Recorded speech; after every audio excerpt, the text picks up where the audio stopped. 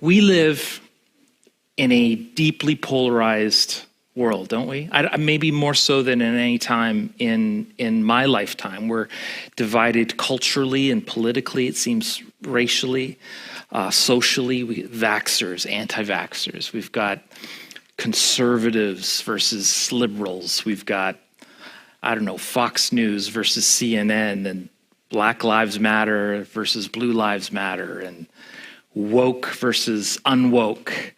God-fearing, Bible-carrying, King James-only complementarian reformers versus progressive, egalitarian, critical race theorists, soy milk drinking, Leafs fans versus everybody. So is there anything that can kind of bring us all together, anything we can kind of agree on? Interestingly, yes. There's a single sentence that was uttered over 2,000 years ago that is almost universally adhered to, agreed upon, honored, acclaimed.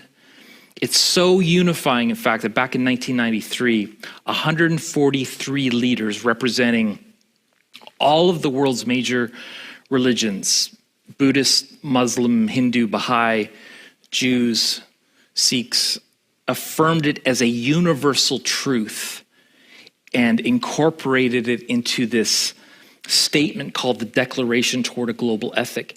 Its author was Jesus. And here's what he says, Matthew 7, verse 12.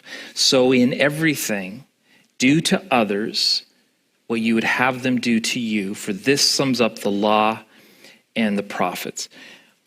What is this verse commonly known as?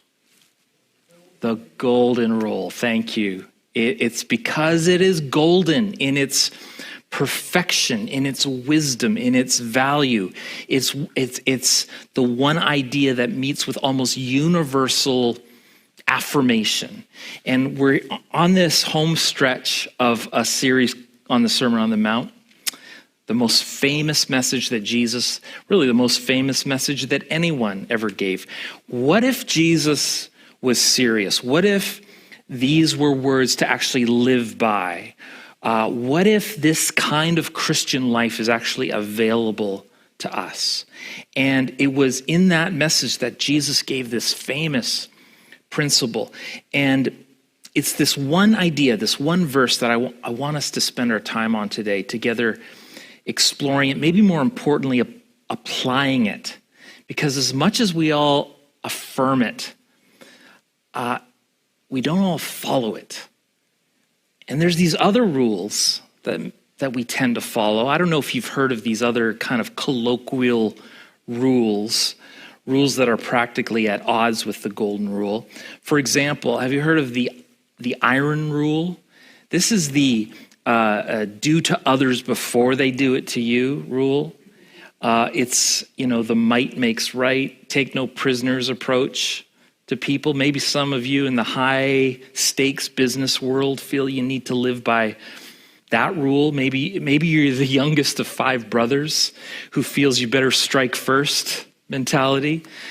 Have you heard of the brass rule, which is sort of the get even mindset? This is the do to others exactly what they do to you. You hit me, I'll hit you. You cheat, I'll cheat. You lie, I'll lie. Of course, there's the Chicago rule. He brings a knife, you bring a gun. He sends one of yours to the hospital, you send one of his to the morgue. That's the Chicago way, and that's how you get Capone. First one who names that movie in the comment section or the chat gets a prize. And that prize is my undying pop culture respect. There's this silver rule, which sounds like the golden rule, but it's not. And it's found in almost every other religion, including Buddhism and Hinduism. You can find it in the Code of Hammurabi, which date back nearly 2,000 years before the time of Christ. The silver rule sounds close, but here's what it says. Don't do to others what you don't want them to do to you. So it's the golden rule in negative terms. It's the do no harm cause no injury rule. It's like Google's original code of conduct. They were the don't be evil, which they've since dropped, by the way. The problem is that it doesn't have anything to do with doing or being good. It certainly doesn't capture the fullness of what Jesus is teaching. So I shouldn't murder my neighbor? Great. But I don't have to be kind to them or help them, right? You shouldn't do anything bad, but you don't have to do anything good. That's the difference between the golden rule and all the others. That's what made the golden rule golden.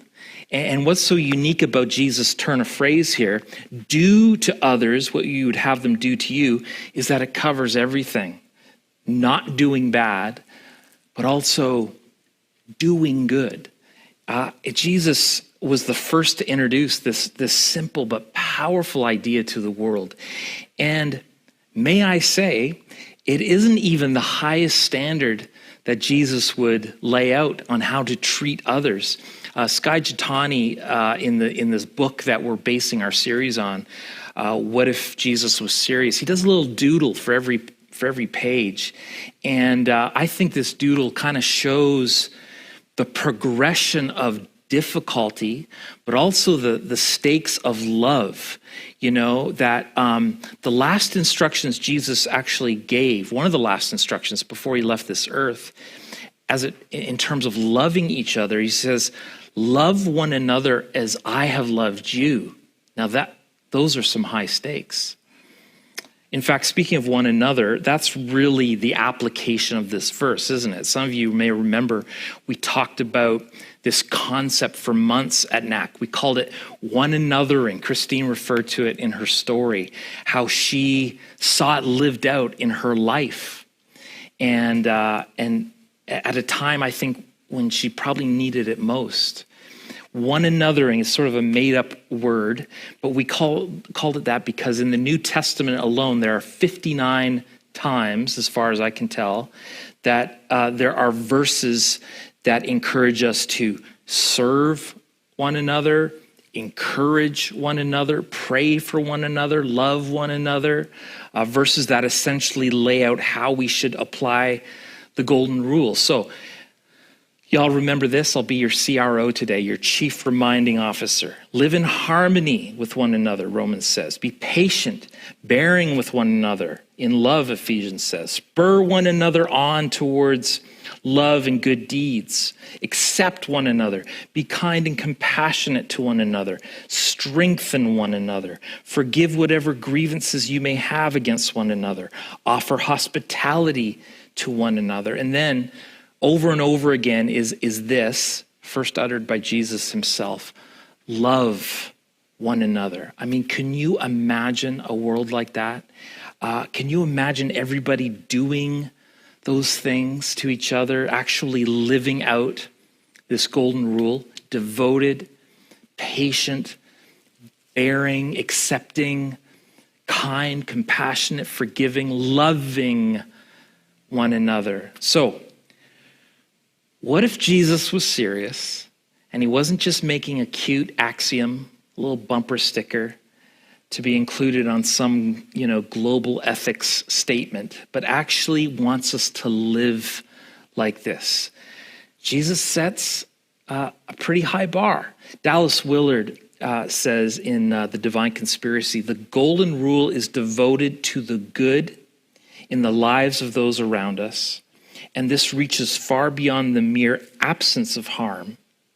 It aspires towards a remarkable richness in their lives, not simply the alleviation of their suffering.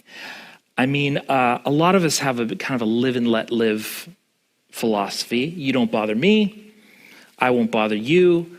I'll pull my car into the garage at night. You do the same. Thank goodness we have these clear property lines. You'll never be able to say that I'm a source of harm in your life. Yeah, you're right. You wouldn't actually be able to say that I'm a source of anything in your life. Not hope or encouragement or goodness. According to Jesus, it's just too low a bar to live with this do no harm mentality. We're actually supposed to seek for the flourishing of others. It's a little more hands-on, isn't it? Goodness through commission, not just omission.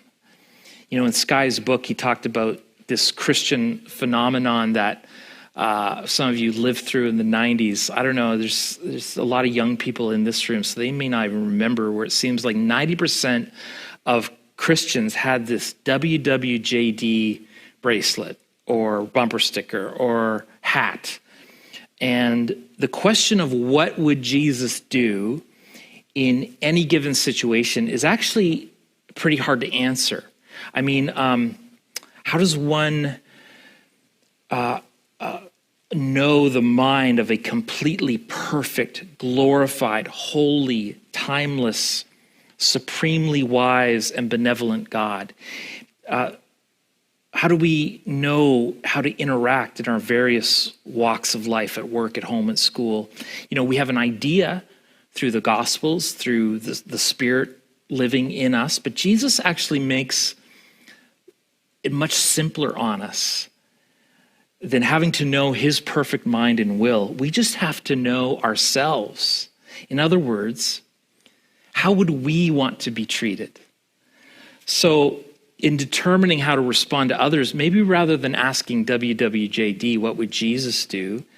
The golden rule is more about asking WWIW, what would I want?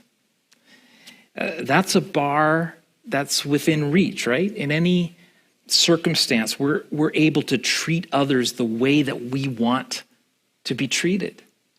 It's brilliant because it's so universal. It can be followed by anyone, anytime, any culture, as long as we are honest enough, as long as we are self-aware enough to acknowledge what goodness looks like to us, how we'd want to be shown love.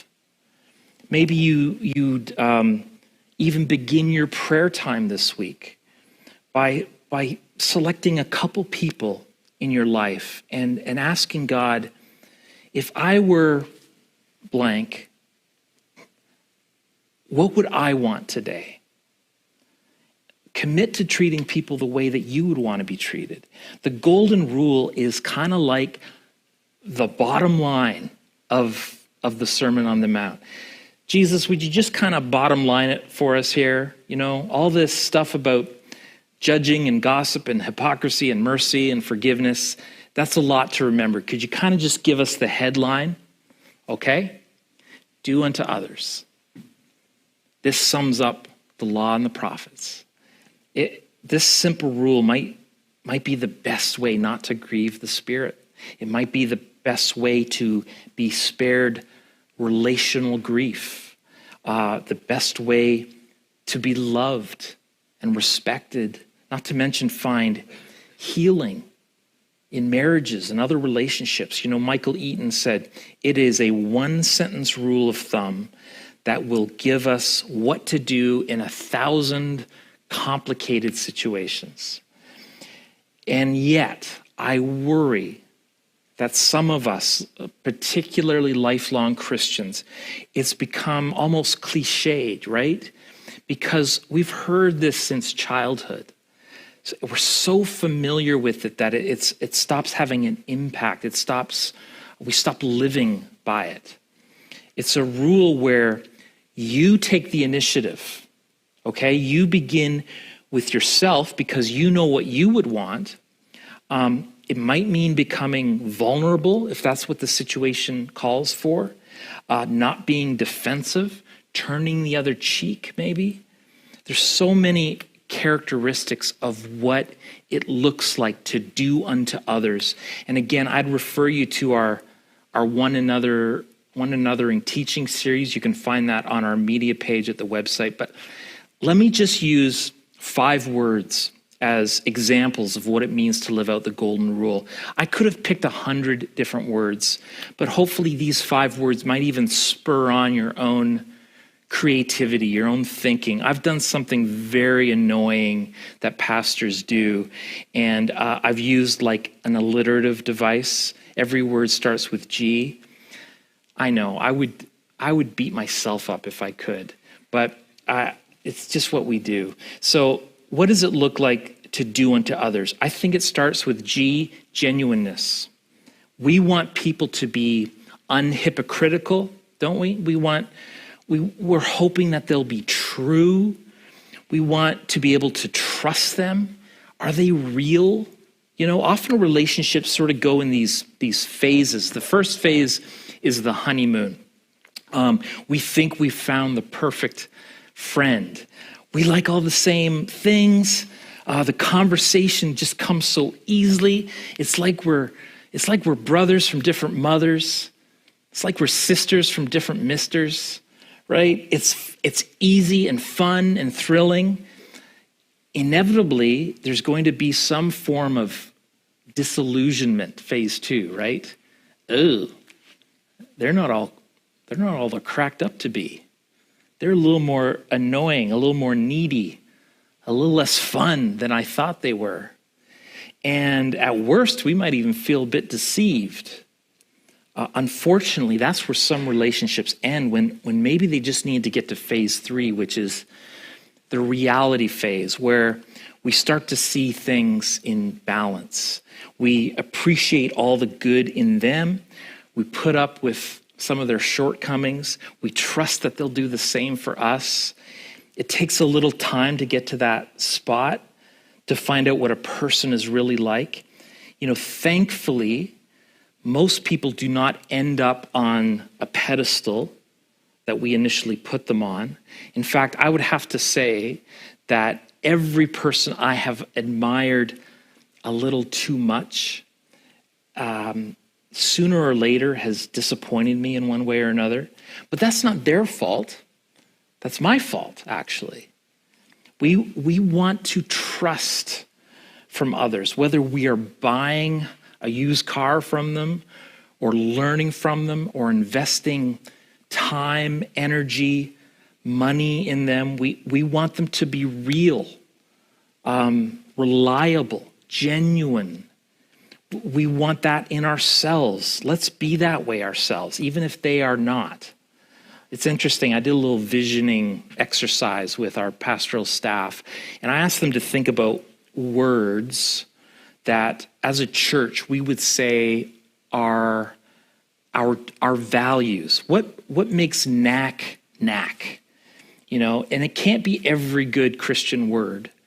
Otherwise, it becomes meaningless. Like, what are the 5 or 6 words that most encapsulate what knack is all about? And I did the exercise myself, and I came back with my number 1 word, authenticity. It's just super important to me. I just see a lot of fakey fake Christians going to fakey fake churches where everyone is nice and put together and smiling, and there's just something off. It don't feel real, y'all. And I thought, Jonathan, this is just your holy discontent thing. Surely there are 20 more important words than authenticity. Wouldn't you know it? Both Pastor Chris and Pastor Glenn came back with a word similar to that: genuineness, authenticity. I'm so glad to be part of a church that is trying to live like that. You know, we don't get this 100% of the time for sure, but we are definitely a no perfect people allowed zone, right? Come as you are, but just bring your true self, as vulnerable as that can be at times. I know that that's what you want from others, so be that to them as well. Second, G, gentleness. We want others to be gentle with us, don't we? Not severe or mean or legalistic. We want them to be approachable. Man, we all fear rejection, don't we? More than anything else. We would never go somewhere where we were convinced we'd be rejected. It's an awful feeling to be rejected or to feel rejected. we'll avoid those situations like the plague. Or how about somebody that is like, takes themselves super seriously, is pretentious or smug? Doesn't that kind of turn you off? Don't be that person. Jesus was the most unpretentious person that ever was. Philippians says that he made himself nothing. And Matthew says that he was meek and lowly of heart. Jesus loved the underdog. Whereas the devil likes to hit people when they're down, says about Jesus, a bruised reed he will not break. I wasn't sure, for years, I didn't know what that meant. I think I finally get it now. Some of y'all are bruised reeds, right? You have been deeply wounded and hurt, and you feel fragile. You feel at the end of yourself. Remember, God is always for the underdog. The underdog is the one in the inferior position. The underdog has been discriminated against, avoided by people, rejected by society.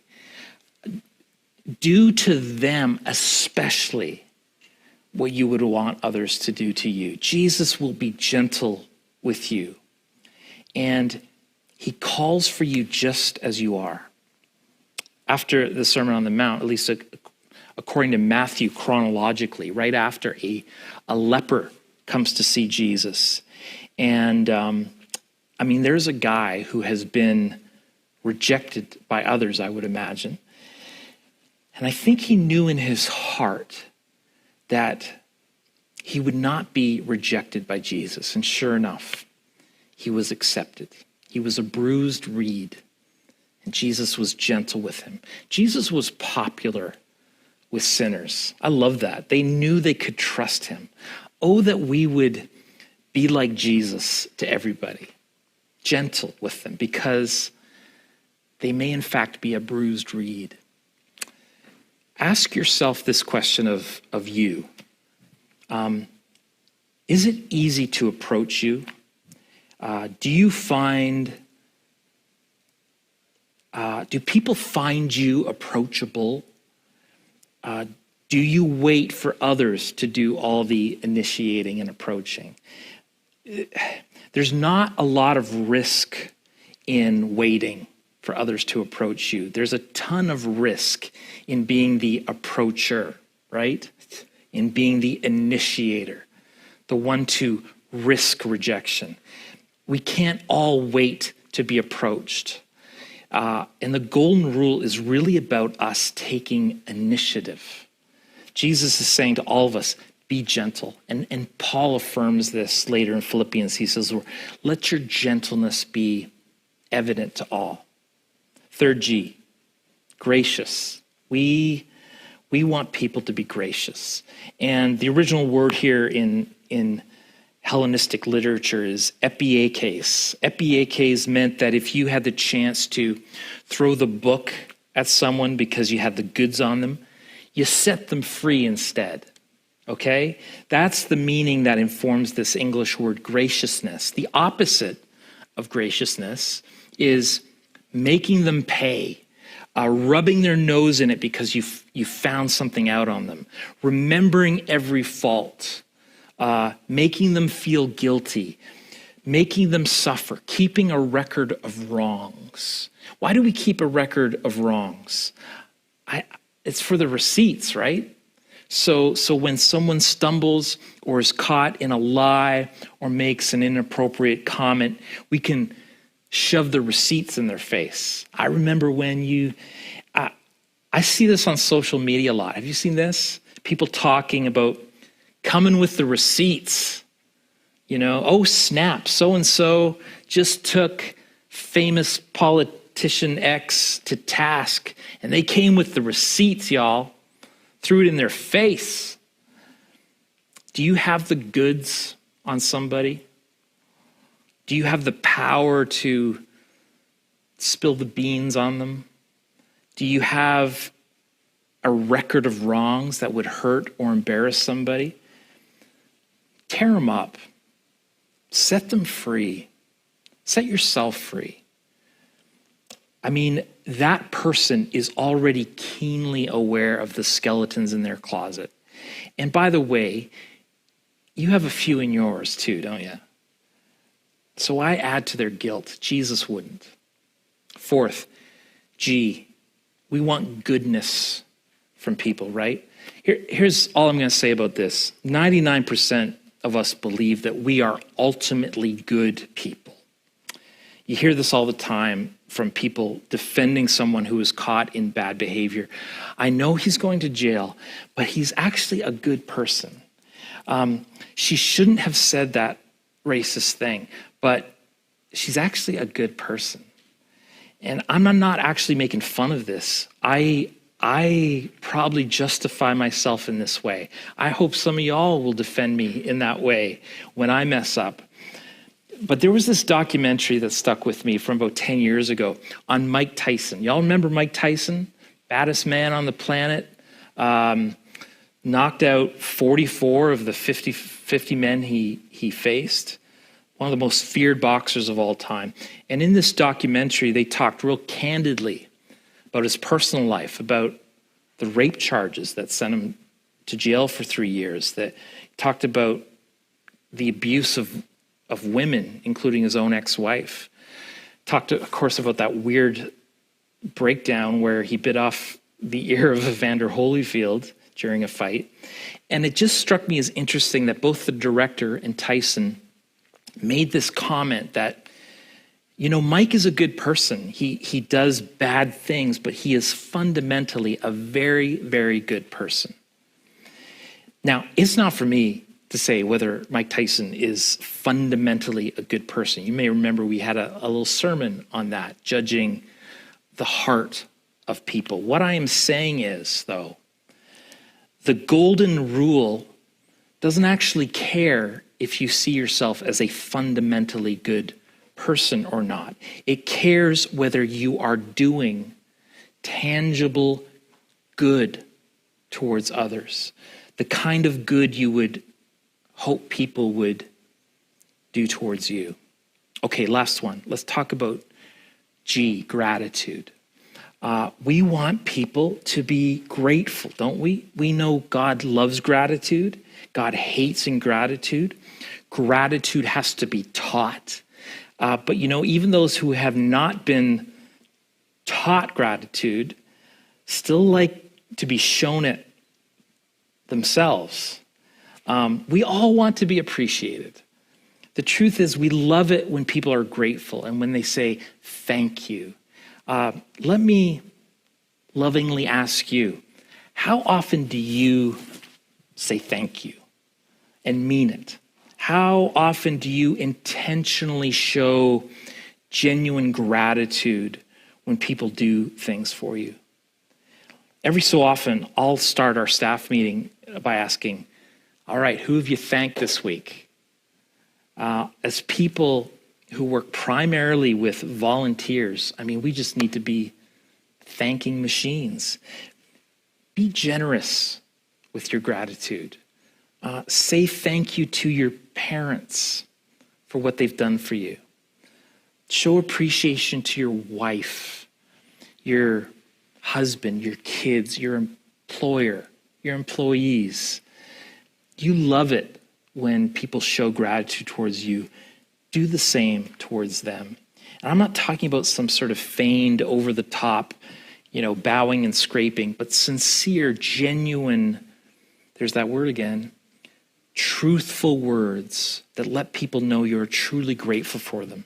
Maybe right now you're just compelled, convicted, encouraged, whatever, to just write a note to somebody, an email, thanking them for something. That it would go a long way, especially in the middle of a pandemic where we're feeling increasingly alone. Look, in closing, we all fail at this, don't we? We come up short all the time. I want you to know, though, the truth is that this is possible. It is totally achievable to live like this. And we can do it by taking initiative. I suppose a also passively through how we respond to others. I realize the temptation is to say, let them take the initiative. But isn't that where the problem always emerges? When the husband says, I'll love my wife when she shows me some respect. And the wife says, well, as soon as I feel love from him, I'll show him respect. The golden rule is about never waiting for the other person to do the right thing first. Okay? Why don't you beat them to the punch, so to speak? Go first. Be vulnerable. This is the bottom line of the Sermon on the Mount. All the law and the prophets is wrapped up in this. Do unto others. And it's not even just a New Testament thing, far from it. It goes back at least as far as the Abrahamic covenant, that he would be blessed and that we would be blessed through him, the spiritual children of Abraham, that we would be blessed so that we would, what? Be a blessing to others, even to the whole earth might be blessed through us. So that is the golden rule. Live it out this week. Blessing others as God has blessed you. Let me bless you. May the Lord bless you. May the Lord keep you. May the Lord turn his face towards you. For your children and their children, for generations to come. The Lord bless you. This is a great time to practice this. There's been a lot of talk about the 1918 influenza, some people call the Spanish flu, and the parallels between this 100 years later pandemic that we're in. And as I've read up on it, it was interesting that many of the people who went through that 100 years ago, after it was all said and done, never wanted to speak about it again. And it turns out the reason for that was embarrassment. They were embarrassed about how they had behaved, how they had hoarded, how they had taken care of number one and left their neighbor to suffer. May that not be the case with us. May this actually be the conditions or the environment in which we would practice what it means to do unto others. In my small group, a wise lady said that she's hoping even that this season grows in all of us, empathy, knowing that people are going through a great trauma. That's what it is. This is a trauma. And as tempting as it would be to be ministered to kind of wait and just let others serve and minister to you, you take the initiative, do unto others, and serve and minister them. It's so great to be a church member, to watch church, to engage in church.